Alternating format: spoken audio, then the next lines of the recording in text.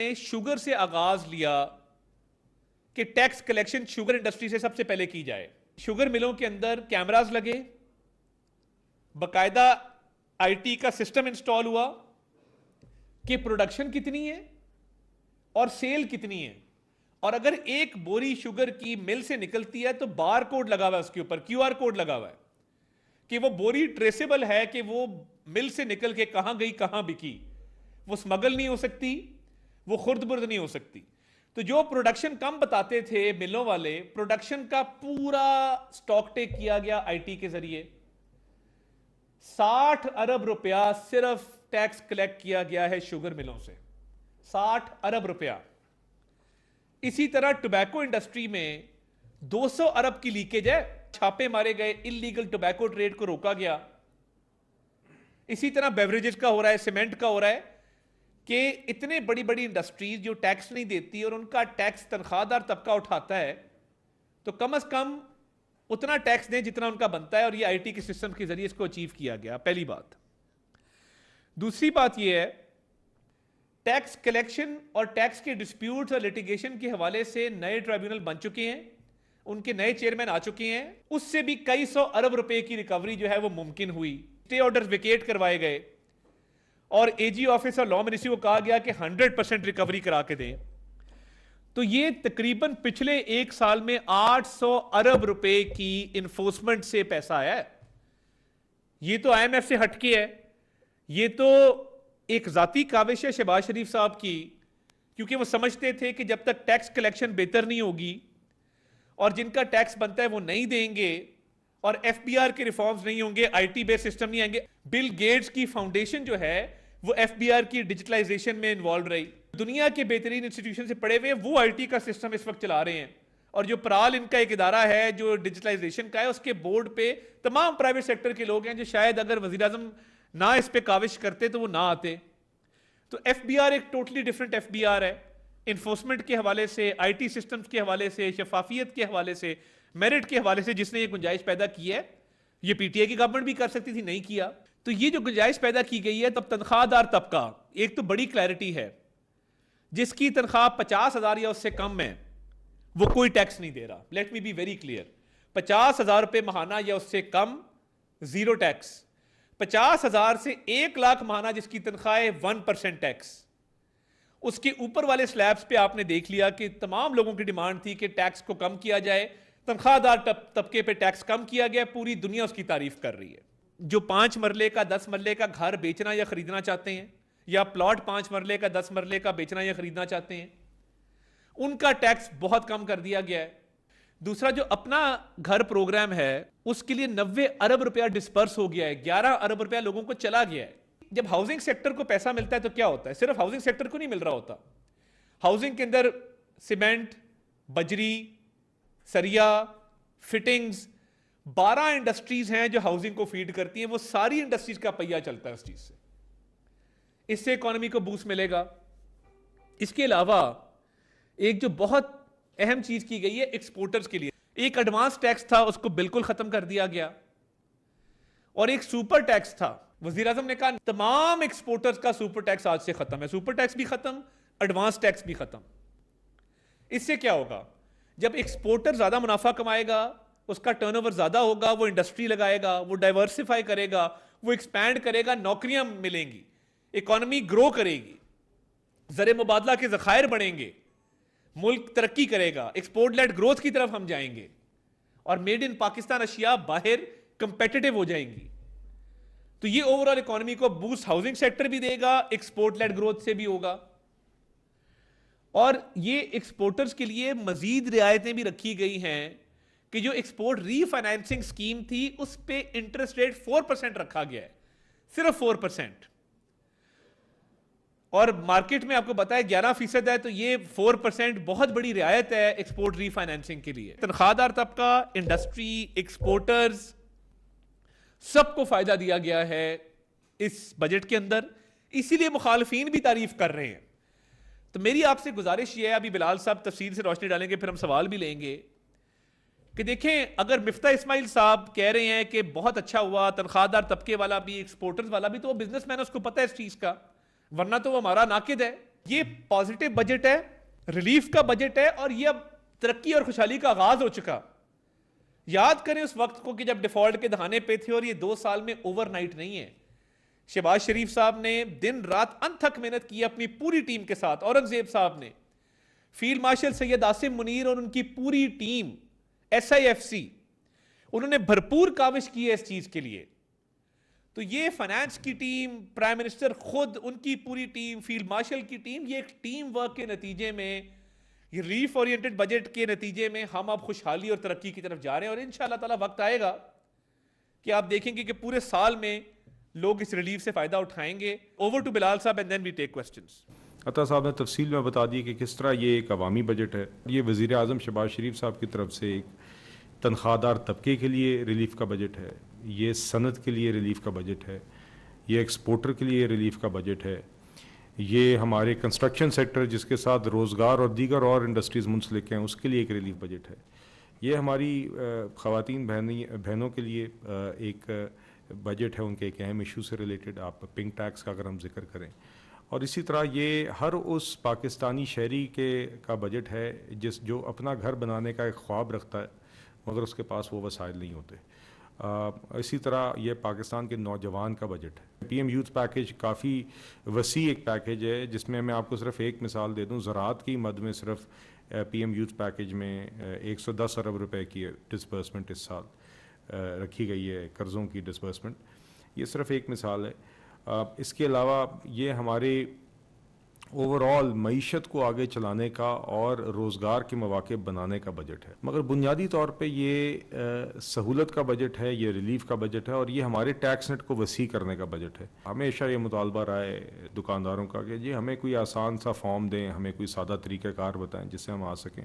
تو ہم نے ان کے ساتھ بیٹھ کے ان کی بات سن کے ایک ایسا اس دفعہ عمل طے کیا ہے جو کہ ہم سمجھتے ہیں کہ اس لیے بالخصوص وہ چلے گا کیونکہ اس میں ایک اونرشپ ہے. دکاندار بھائی ہمارے جو ہیں وہ اس کو مکمل طور پہ خود اون کرتی ہیں, اور ایک پریکٹیکل طریقے سے ہم انشاءاللہ آگے لے کے چل رہے ہیں. تو اوور آل یہ ایک وزیر اعظم شہباز شریف صاحب کے وعدے کے مطابق ایک ایسا بجٹ ہے کہ جس میں عوام کے لیے ریلیف ہے. ہم اپنے معاشی استحکام کو بھی جاری رکھنا چاہ رہے ہیں اور ایک پائیدار طریقے سے آگے معیشت کو لے کے جانا چاہ رہے ہیں. تو یہ اس میں سارے تقاضے پورے کیے گئے ہیں. تو میں اس بات کا اختتام ادھر ہی کروں گا. تمام اب جو سوال ہمیں انسٹا, فیس بک, ایکس, باقی جگہوں پہ آئے تھے ہم نے لیے ہیں. کچھ لوگوں نے یہ سوال پوچھا کہ جی یہ بے نظیر انکم سپورٹ پروگرام کا بجٹ جو ہے وہ زیادہ کیوں ہے, اور یہ تعلیم اور سے کے شعبے سے زیادہ کیوں ہے. دیکھیے میری یہ گزارش ہوگی, اور یہ جائز سوال ہے اور یہ ضروری نہیں ہے کہ ہر کسی کو اس چیز کی سمجھ ہو, تو اس لیے اس کو میں ایڈریس کرنا چاہتا ہوں. تعلیم اور صحت بنیادی طور پہ اب صوبائی سبجیکٹس ہیں.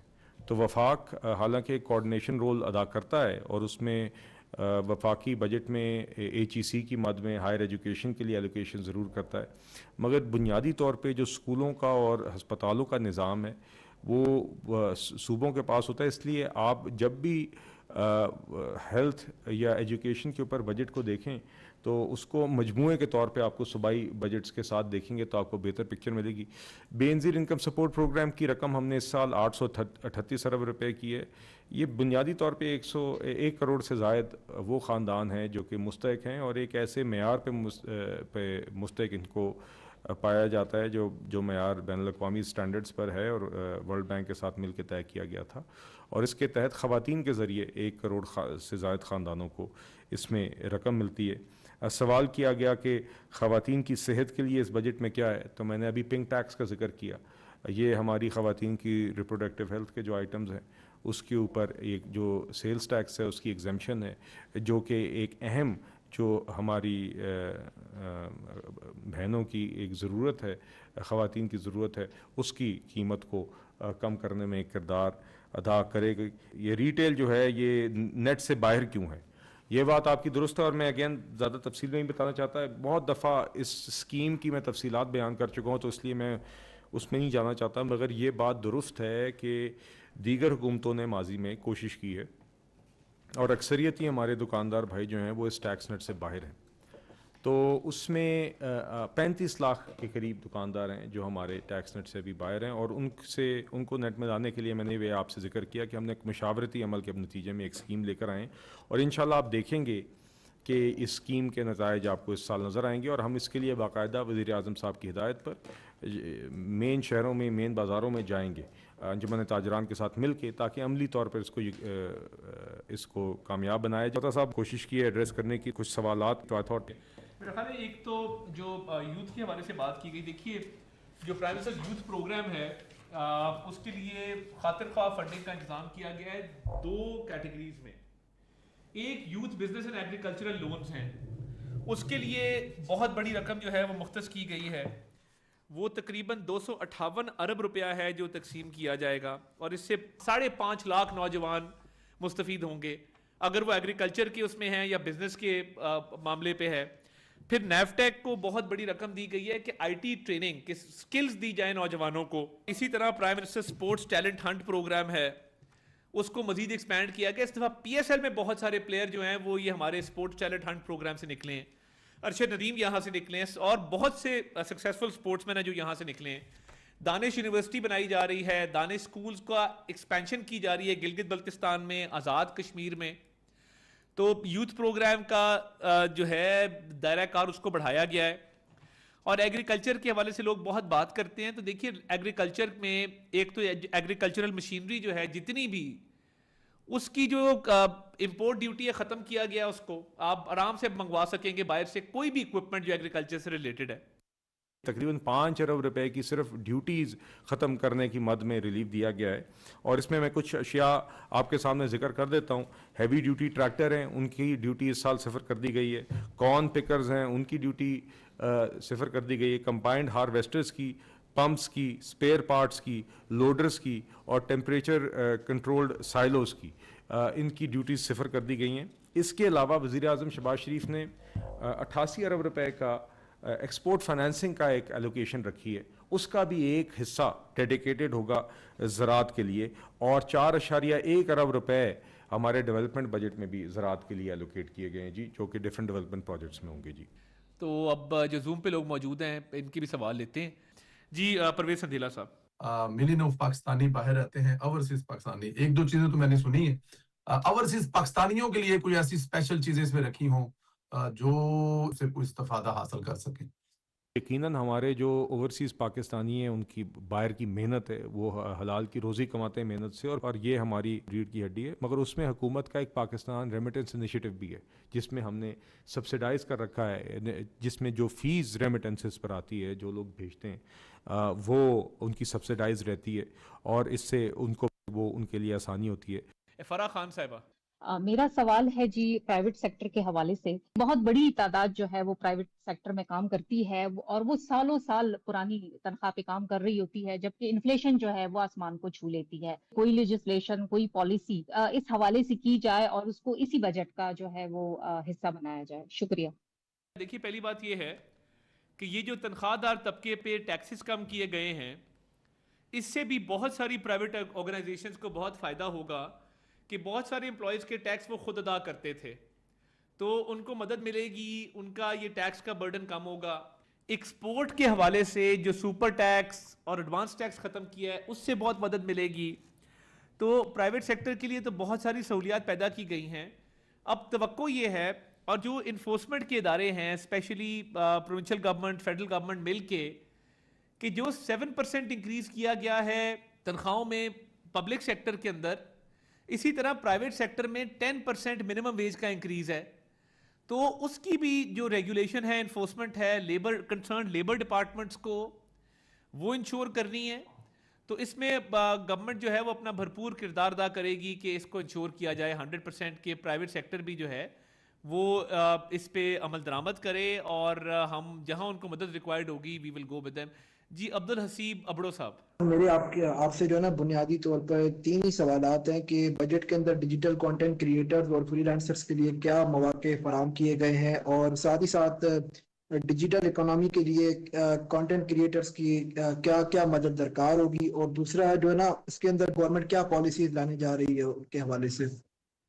بہت شکریہ جی. ایک تو دیکھیے آئی ٹی کے اوپر ٹیکس کنسیشنز جو ہیں ان کو کنٹینیو کیا گیا ہے. یہ ایک سیکٹر ہے اسپیشلی فری لانسرز کے حوالے سے کہ کوئی اضافی بوجھ نہیں ہے, اضافی ٹیکس نہیں ہے, اور آئی ٹی سروسز کو ایک اپنی پرائرٹی پہ گورنمنٹ نے رکھا ہے. تو جتنا بھی کانٹینٹ آپ کریٹ کریں گے, پوسٹ کریں گے, اس پہ کوئی اضافی ڈیوٹی لیوی ٹیکس جو ہے وہ کسی قسم کا حکومت نے لاگو نہیں کیا. And especially I T companies کے حوالے سے بھی ہم نے ان کو کنسیشنز دیے ہیں تاکہ وہ اپنے معاملات کو آگے چلا سکیں. نیکسٹ کویشچن پہ چلتے ہیں جی. طلحہ سلیم صاحب نے بڑی دیر سے ہاتھ کھڑا کیا ہوا ہے جی. سوال یہ ہے کہ تنخواہ دار طبقہ جو ہے اس پر 9% سرچارج ختم کرنے کے بعد جو ریونیو ہے اس کی کمی کو کس طرح پورا کیا جائے گا؟ جی یہ بڑا امپورٹنٹ سوال ہے. دیکھیے جو ریونیو کا شارٹ فال ہے, جیسے میں نے آپ کو بتایا کہ ایف بی آر کے اسٹرکچرل ریفارمز جس کے تحت جو ٹرائیبونلز میں پینڈنگ کیسز تھے اس کا نیا شفاف سسٹم لایا گیا ہے, ڈیجیٹلائزیشن کی گئی ہے, فیس لیس اپریزمنٹ کا سسٹم لایا گیا ہے, فیس لیس ٹیکس کلیکشن کا سسٹم لایا گیا ہے. 4 بڑی انڈسٹریز جس میں بیوریجز, سیمنٹ, شوگر اور ٹوبیکو ہے, اس پہ آئی ٹی سسٹم لگا کے ان سے پچھلے سال تقریباً صرف 60 ارب روپیہ شوگر انڈسٹری نے دیا ہے. انفورسمنٹ میکنزمز کو وزیر اعظم نے بہتر کیا ہے, تو 800 ارب روپیہ ہم نے تھرو انفورسمنٹ کلیکٹ کیا ہے. اچھا چلیں جی, ہم آگے اب رمیز راجپوت صاحب کی طرف آتے ہیں جی. میرا ایک چھوٹا سا سوال ہے جیولرز اور گولڈ سمتھ برادری کے حوالے سے کہ ٹیکس کے اندر ان کے لیے کیا اقدامات خصوصی طور پر کیے جا رہے ہیں, کیونکہ ہمارے ہاں چھوٹا طبقہ, چھوٹا دکاندار جو ہے وہ ٹیکس کے نظام سے بڑا خوفزدہ بھی ہے اور اس سے بھاگتا بھی ہے اور اس سسٹم میں آتا نہیں ہے. اس ملک کے اندر تقریباً 36 لاکھ ریٹیلر ہے جو ٹیکس نیٹ سے باہر تھا, انڈاکیومنٹڈ اکانومی ہے. ان کو انکریج کیا گیا ہے کہ فکس ٹیکس سسٹم کے تحت, اور یہ تاجر تنظیموں سے میٹنگز کے بعد کیا گیا ہے کہ تمام تاجر تنظیموں کی طرف سے ڈیمانڈ آئی کہ جی ہم آپ سے کوآپریٹ کرتے ہیں, ایف بی آر کی جو ایک ہراسمنٹ ہے یا ایف بی آر کے افسر جو آتے ہیں, جو ریڈز ہوتے ہیں, جو وہ اکوپمنٹ لے جاتے ہیں, اس کو بند کروایا جائے. ان سے بات چیت ہوئی, اب انہوں نے جو اپنی ڈیمانڈ دی ہے اس کے مطابق اب فکس ٹیکس سسٹم کے تحت ان کو اسکیم کے اندر لایا گیا ہے. وہ ٹیکس نیٹ کا حصہ ہوں گے, وہ ایف بی آر کا سرٹیفکیٹ لگائیں گے اور کوئی ان کو چیک نہیں کرے گا, اور جو منیمم وہ پے کریں گے وہ 25,000 روپیہ منیمم سال کا پے کریں گے, جن کا ٹرن اوور سب سے کم ہے.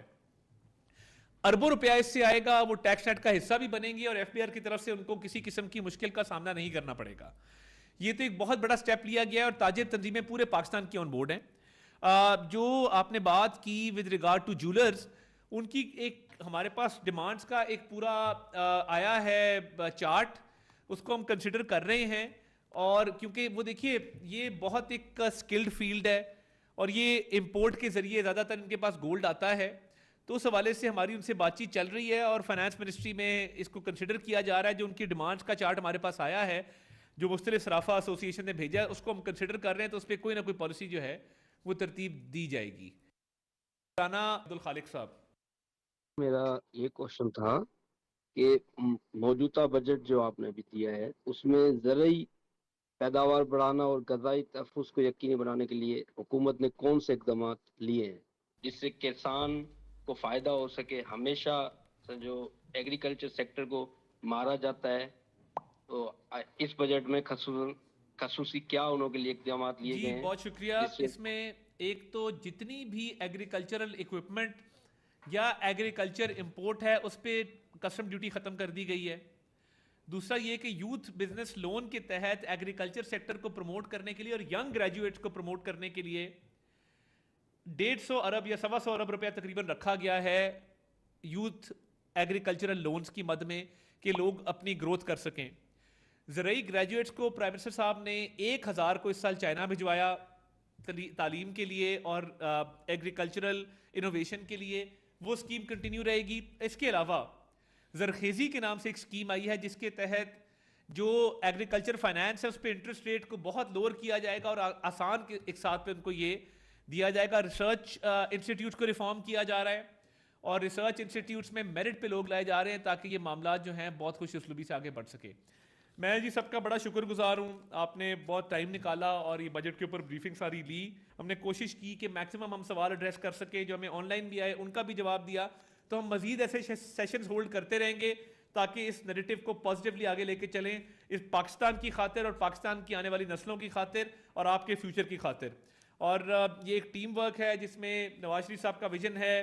انہوں نے بڑی مسلم لیگ نون نے ہمیشہ اس ملک کی بڑی خدمت کی ہے، اور شہباز شریف صاحب نے جس طریقے سے یہ 2 سال میں میکسیمم ریلیف پیدا کرنے کی کوشش کی اور وہ اپنے وعدے کو وفا کیا، اور فیلڈ مارشل سید عاصم علی ان کی پوری ٹیم بھرپور انہوں نے جو ہے اس پہ ایفرٹ کی ہے. تو انشاءاللہ تعالیٰ اللہ تعالیٰ پاکستان کی خیر کرے. جی بہت شکریہ. وفاقی وزیر اطلاعات عطا اللہ تارڑ اور وزیر مملکت خزانہ بلال اظہر کیانی وفاقی بجٹ پر آن لائن بریفنگ دے رہے تھے. انہوں نے کہا کہ سوشل میڈیا کے فعال افراد کو بجٹ کے بارے میں بریفنگ ضروری ہے. بعض افراد بجٹ کی خد و خال پر تنقید کر رہے ہیں. مشکل حالات کے باوجود ریلیف پر مبنی بجٹ پیش کیا، متوازن بجٹ دیا جس پر